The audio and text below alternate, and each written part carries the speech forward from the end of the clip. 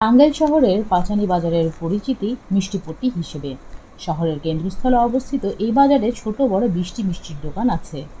এসব দোকানে প্রতিদিন 50 মণ মিষ্টি বিক্রি হয়। 1939 সালে জয়কালী মিষ্টান্ন ভাণ্ডার নামে একটি মিষ্টির দোকান ছিল এখানে।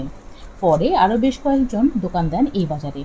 এইভাবে মিষ্টির দোকানের সংখ্যা বাড়তে বাড়তে একসময় বাজারের উত্তর পূর্ব অংশটি মিষ্টিপট্টি নামে পরিচিতি পায়। বাজারের প্রায় প্রতিটি দোকানেরই নিজস্ব কারখানা আছে। দিনে চরাঞ্চল থেকে দুধ সংগ্রহ করেন ব্যবসায়ীরা।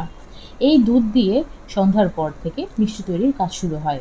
গভীর রাত পর্যন্ত চলে মিষ্টি তৈরির কাজ। সকাল থেকে শুরু হয় মিষ্টি বিক্রি।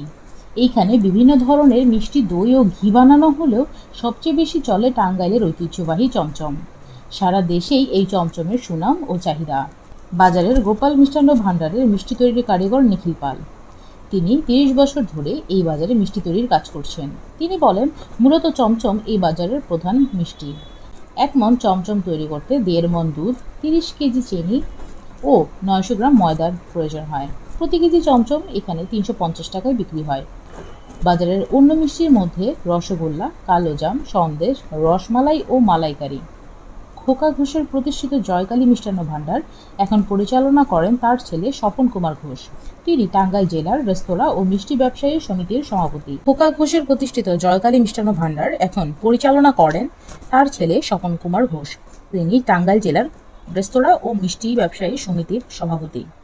তিনি বলেন, টাঙ্গাইলের ঐতিহ্যবাহী চমচমের প্রধান কেন্দ্রস্থল এই পাঁচানী বাজারের মিষ্টিপট্টি। এখান থেকেই ঢাকা সহ দেশের বিভিন্ন স্থানে চমচম সরবরাহ করা হয়। এই বাজারে প্রতিদিন গড়ে অন্তত 50 মণ মিষ্টি বিক্রি হয়।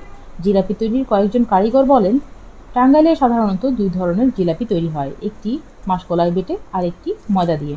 ময়দা বা মাসকলাইয়ের প্যাচ করে ফেলে দেওয়া হয় গরম তেলে। তারপর তেলে ভেজে জিলাপির শিরায় ডুবানো হয়। সেই